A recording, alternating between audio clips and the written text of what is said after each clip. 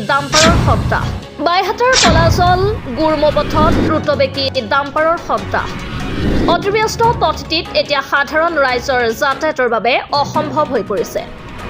প্ৰতি মুহূৰ্ততে ভাৰত ভূটান সীমান্তৰ পৰা ডাম্পাৰেৰে বালি আৰু শিল কঢ়িয়াই থকা পৰিলক্ষিত হৈছে।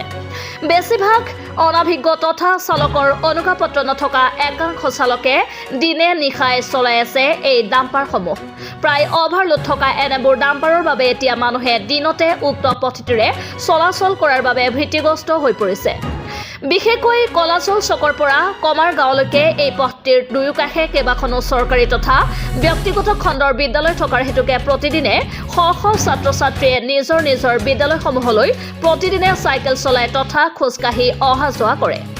এতিয়া দ্ৰুতবেগী মৃত্যুদূত ৰূপী এই ডাম্পাৰসমূহে যিকোনো সময়তে এই স্কুলীয়া ছাত্ৰ ছাত্ৰীৰ জীৱনলৈ ভাবুকি নমাই আনিব পাৰে। এই ক্ষেত্ৰত জিলা প্ৰশাসন তথা বন বিভাগে কিয় নীৰৱ ভূমিকা অৱলম্বন কৰিছে ইয়াৰ ৰহস্যৰ আৱৰ্ত। আমাৰ কলেজল আৰু গুৰমপথত ইয়াতে বহুত ডাম্পাৰ চলে, আমি দেখি আহিছোঁ। এই ডাম্পাৰৰ কাৰণে বহুত অসুবিধা হৈছে ৰাইজখনিৰ। আমাৰ যিখিনি জনসাধাৰণ আছে, মানে সৰু সৰু জনসাধাৰণ যেনে চাইকেল লৈ যোৱা বা ঠেলা বা বেটেৰী গাড়ী চলোৱা ল'ৰাখিনি বা আমাৰ স্কুলৰ যিখিনি ছাত্ৰ ছাত্ৰী ছুটি হয়, প্ৰায় ৰাস্তা কাষতে স্কুলখিনি আছে আমাৰ, মানে শংকৰদেৱ হওক বা এইখিনি আমাৰ খাজেদক হওক বা আমাৰ কলমনিৰ এই ওচৰখিনিতে এইখিনিৰ অসুবিধাৰ সন্মুখীন হ'ব বুলি আমি ধাৰণা কৰিছোঁ। দেখি আছোঁ দাম বহুত খুব স্পীডত যায় আৰু কোনো টাইম টেবুলৰ কোনো মানে লিমিট নাই, যিকোনো মুহূৰ্ততে আহে, যিকোনো মুহূৰ্ততে যায় আৰু লাইন পাতি আহে, 4-5খন একেলগে আহে আৰু ঠিক তেনেকুৱা বালা লৈ আহে, শিল লৈ আহে, এইবিলাক তিৰপল ঢাকি নানাই ইয়াতে। এইবিলাক উৰি পেলাই আমাৰ মানে মানুহৰ চকুত পৰে বা মানুহৰ অসুবিধা হয়।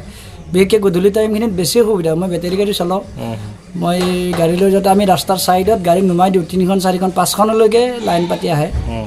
এইখিনি খুব ধাৰণা আমাৰ মানে কি কিবা এটা হ'ব বুলি, কিবা এটা এক্সিডেণ্ট বা ডাঙৰ কিবা এটা অঘটন ঘটাৰ আগতে আমি অলপ সজাগ হৈছোঁ আৰু ৰাইজখিনিও আলোচনা কৰি আছে। এইখিনি আমি আমাৰ প্ৰশাসনক নিশ্চয় চাব বুলি আমি অনুৰোধ কৰিলোঁ ৰাইজৰ ফালৰ পৰা। এইখিনিয়ে কৈ মই ধন্যবাদ। বাইহাটা চাৰিআলিৰ পৰা সৌৰভ দাসৰ ৰিপৰ্ট, আছাম লোকেল নিউজ।